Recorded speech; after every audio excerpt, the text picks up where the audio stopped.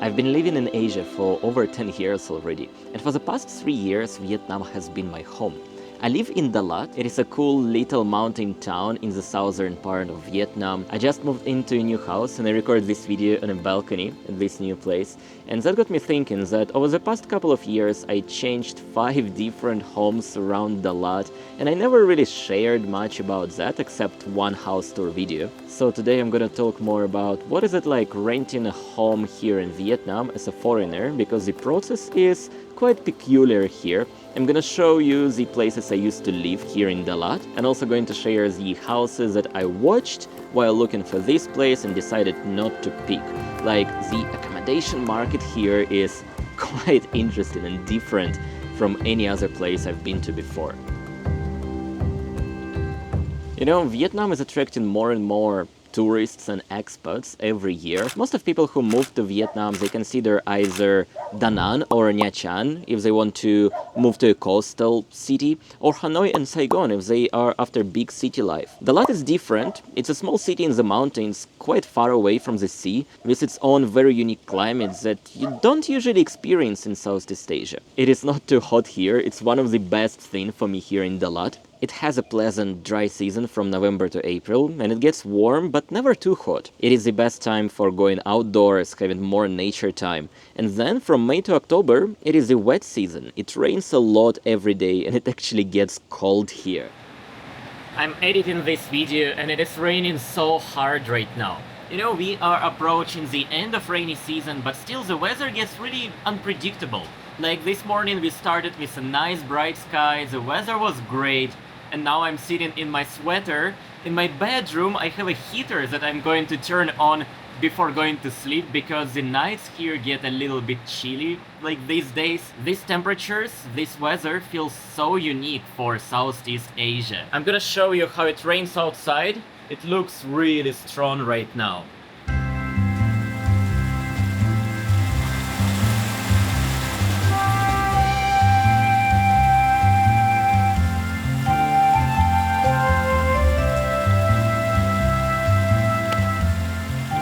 For the past few years, I rented 5 different places around Dalat. My first ever home in Dalat was actually a room in a homestay, which is a very popular concept for short to mid-term travelers. There are so many homestays around the city. It's really easy to find a stylish place with beautiful natural views, and that's exactly what I did.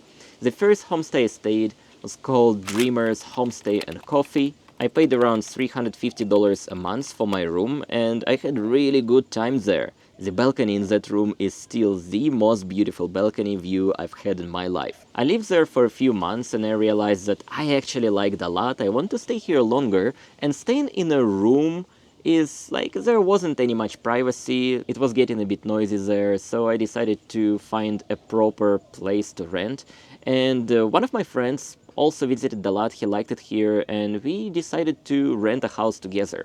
It was a proper 2-bedroom house. We rented it for $550 a month, but actually we could pay less amount of money if we agreed on a longer contract. The house owner was okay for us to pay about $450 a month if we stayed there for over half a year. But that time I wanted to have a bit more flexibility, so we agreed to pay monthly. That house was comfortable, but something was missing. I realized that if I'm going to live in Dalat, I'd rather be somewhere closer to nature. That's exactly when my Canadian friends were looking for a new place to live, and I decided to move in together with them. They found this really cool rustic house, and I'm so glad that Braden took his time and his potato camera to record a house tour, so you and me could now enjoy watching that.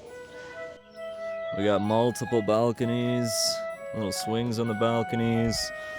This is the actual house here. So tin roof, little rustic style. Main entrance, a little Buddha statue. Over here we have the bar with a working sink and everything behind. Not bad. Window, beer fridge. Here's the first bedroom, super small, really not much to it. The living area, dining room, another bedroom over here. It's a little bit bigger, as you can see, not bad. Then we got what's going to be the dorm room, quite a bit bigger, 2 beds, windows, stuff like that. And the final bedroom is here. This is the best one.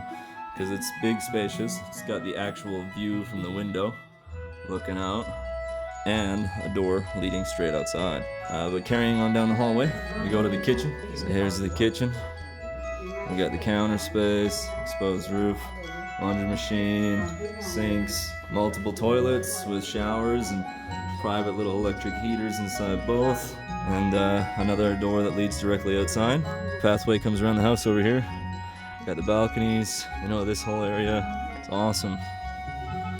This entire place cost $500 a month, plus water, electricity, and internet bills. I really enjoyed living in that place. It was like living very, very close in the nature, huge balcony, all sorts of trees. There was like mango tree, avocado trees, all sort of natural stuff. It was great. Also, it was fun having my friends right next door. But last year I met Sue, we started dating, and one day we decided that we would like to have our own more private space, and that's when we started searching for our own house to rent. If you're moving to a bigger city in Vietnam like Hanoi or Ho Chi Minh or Da Nang, then you will have plenty of companies that are working with foreigners, searching houses for them. But here in Dalat, things are still being quite random since it's a smaller place. And here we don't have a single company that provides services for finding houses to foreigners. So it's more like scrolling Facebook groups and seeing all posts, advertisement either from local Vietnamese agents, all in Vietnamese, or from locals who kind of adjust their posts to foreigners. We have the Expat Dalat Facebook group that is the go-to place for seeing English posts for renting apartments and houses. Most of homeowners want long-term tenants here. I wanted to find a place where I could pay monthly with minimal or even no deposit at all, which limited the amount of options available to me, but still I could find some great places. I found this place. It was actually an Airbnb rental, but the owner got tired of hosting short-term guests, and they wanted someone to rent it for at least a few months. This is how the house looked when we came to see it. It's really nice for short stays, but not exactly designed for long-term living, which is pretty common for Airbnb homes. Here in Vietnam, short-term rentals have a lot of double beds trying to fit the most amount of guests in one single space. When we were watching this house, there were 3 double beds. Yeah, still we liked that house and we decided to rent it for half a year. And the owner was totally fine with us doing some small redecorations, so we agreed to rent it for 6 months, paying $360 a month plus 1 month's deposit. Utilities were not included, so water, internet and electricity bills came separately. That was about $30–40 on top of the rent every month. Today is January the 1st. It's the first time soon I enter in this house as proud half-year loan owners. We're going to have fun in this place a lot. You probably noticed that the house looks much emptier than the day we first saw it. We asked the house owner to remove some stuff and the house suddenly felt so much bigger. We had a few ideas for how to use this empty space, and before everything we decided to refresh the white paint on the walls. I think we spent about 4 liters of white paint and the entire house looked so much better after that. Then we decided to put some work into the bathroom. It was literally the saddest room in the house, and I'm still surprised that our landlord was fine with whatever we did, even if we only rented this place for 6 months. But I believe we actually improved the house. At least we definitely made the bathroom look better. I never really did anything like that before, so it was super fun doing these small DIY projects. I built a lot of shelves for every single room. One of the bedrooms became our storage room, and another bedroom turned into our office room with 2 desks, some more shelves, and a sleeping corner in the loft. And we also changed the layout of the living room to have it more suitable for a projector screen. And by this time, the house finally felt more like home. Yeah, that is the parking, which is a little bit tricky. Like, we go all the way into the alley, like it's a really big slope, and going out, going in, both a little bit tricky, especially during rainy time. Do it very carefully. The table, the chairs, that chair is something that we bought after moving in. Every morning we stayed here for a really long time. Yeah, so welcome to the best part of the place. The house and the living room. We put some work into these shelves and I purchased the best thing in the house. Like, that is genuinely one of the best things we bought. I enjoy it a lot. It's a Xiaomi projector and it gives us so much good time. Like, we watch movies with that, we play games with that. Welcome to my coffee line. For some time I was thinking we have to make something like that. There is a little collection of teas and coffees and little cups. Everything for making stuff. I made every cup of coffee right here, having a really good time. I like it there too. I like receiving coffee there. The next room used to be a bedroom, but now this is the office room. That's working table 1. Here is working station number 2. We have another room, the last room in the house, and that used to be a bedroom too. But now we don't need the extra bedroom, but what we needed is some space to keep things. And now there is like a wardrobe room. Keep some other clothes, some other boxes, all of our suitcases. This huge thing is mine. That little thing behind is mine, and that tiny thing is mine. These two belong to Sue. So yeah, that is our house. I really liked this house, but the neighborhood started to get much more like louder. We had a neighbor with a few dogs next door and they were just uncontrollable. They were barking all time, especially during the night, and it was right next to our bedroom. Unbearable. So we decided to move out, travel a little bit and find a new place. So we took our traveling time.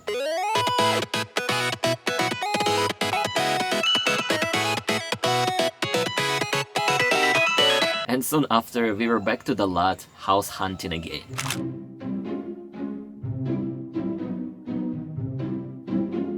We just got to our house number 1 in our Dalat house hunt, and the ad, the post on Facebook, looked very promising, but the neighborhood itself isn't the best. Quite busy, small road with lots of motorbikes and cars passing by every given moment. There's so many of them passing by right now.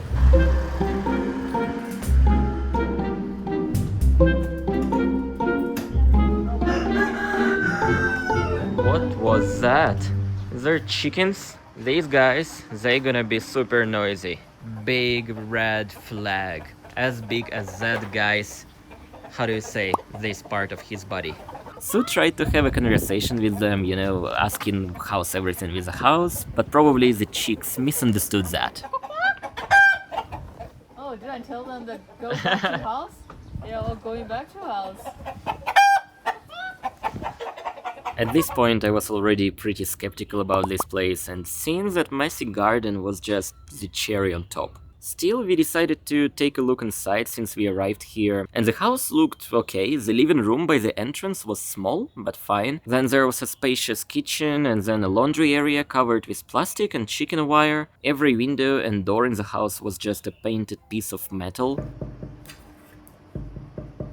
Then the second floor looked slightly better, a basic bedroom with the most typical Vietnamese bathroom you can imagine, and then another room with no bathroom but a nice balcony. But remembering the state of the garden, we decided that we're definitely not taking this one.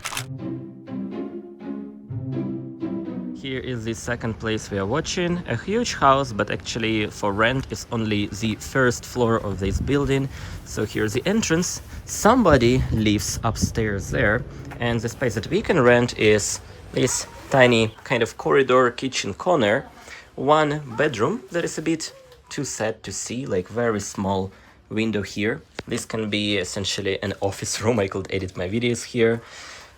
Very nice area here, that's what I like, except very tiny, like shower room. The bedroom can be bright with an open window, and it's cozy, tiny, can be looking good if we put some work into it. And here is a huge garden, which is the best part of this option. And also one of the worst part of this option, because here is another house. It's like way too open in the area, not much privacy over here. I don't know about you guys, but picking between this place and the chicken house, I would rather live with the chickens. A big no to this place. This place looked very promising on Facebook. It is a part of a big house turned into a one-bedroom apartment with a private entrance. The place felt brand new, with comfortable furniture and a great view into the valley. It is slightly overpriced for what it offers, but still it will be a perfect choice for a single person. I think I would instantly rent it if I found it when I first moved to Dalat, but right now it is too small for 2 people, so we decided to keep looking. This house was locked, so we never got to see what's inside, but seeing all these greenhouses so close to us, that was enough to understand that we do not want this place. It's located right in front of a large greenhouse, and over there's way more other greenhouses. Never seen this sort of a neighborhood before. I was really interested to see this place. It's by far the best looking house we've seen, with an amazing garden and valley view. The only downside is that it's an Airbnb rental, and while the owners want to find someone to rent it long term, they still want to charge Airbnb prices. So we really like this place, but decided that we can find something similar but for a better price. We just arrived to the most remote destination for a house we've watched so far. This place is like 25-minute drive from Dalat city, about 8-9 kilometers by quite a busy road. This is the house we are supposed to see today.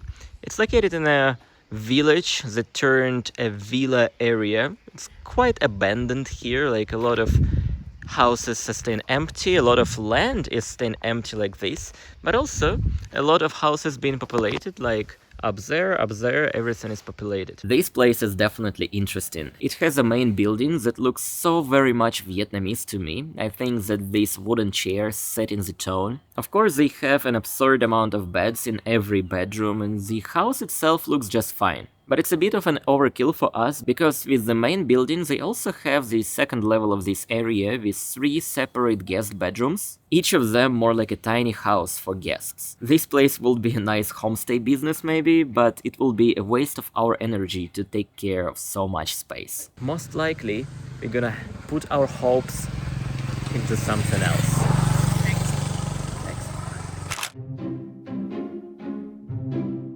I hope you're not tired of seeing all these houses. We only have 2 places left. Sue found this one and we both really liked what we saw. It's owned by a local family who has a large plot of land on the mountain, and they've built several houses for rent. The one we came to see has a lovely garden with a mountain view, and it started with the outdoor area, basically a kitchen and a living room that are completely exposed to the outside.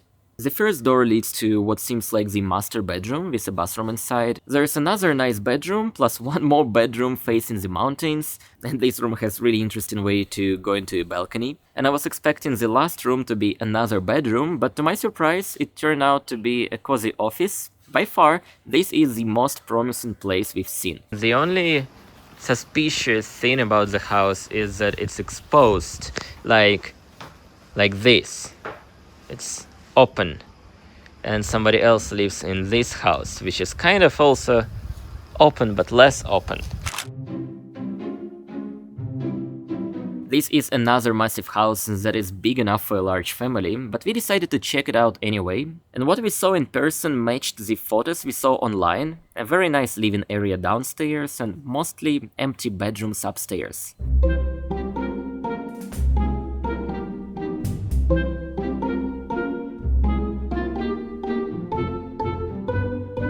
It looks like this place was just done recently, and it could have been a really nice place to live, but there's one thing that was not mentioned in the listing. There are 6 buildings tightly packed onto this tiny piece of land, leaving absolutely no space for privacy. And it's a cool house. It will be really nice to have it if it's separate in a secluded space, not so close to one house, another house, and there is even another house visible through this house. Yeah, there was not a single option that will be like perfect. Every place had its own advantages and disadvantages, well, except house number 2, that was a total parody of a home. So in the end we picked this place, a tiny house with a view of a valley. So you can see that our place changed a little bit. The garden became a bit more livable. We got our table and chairs to the garden. Now it's a lovely morning spot. Unless it's raining, you can see it's slightly wet here today. It's been raining for many days straight, so we don't really spend time in the garden yet. And I'm really looking forward to dry season. This is gonna be the best morning place. You can also see that we have this construction here right now. When we were traveling to Japan, I asked our landlords if we can do anything with the entrance because it didn't feel really homey to have like that kind of open area. So now we have this sort of a door. It's really cranky, it's like it's fully handmade and still it works. Now we have a proper thing that divides our indoor and outdoor area. And here is a kitchen and some sort of a living room.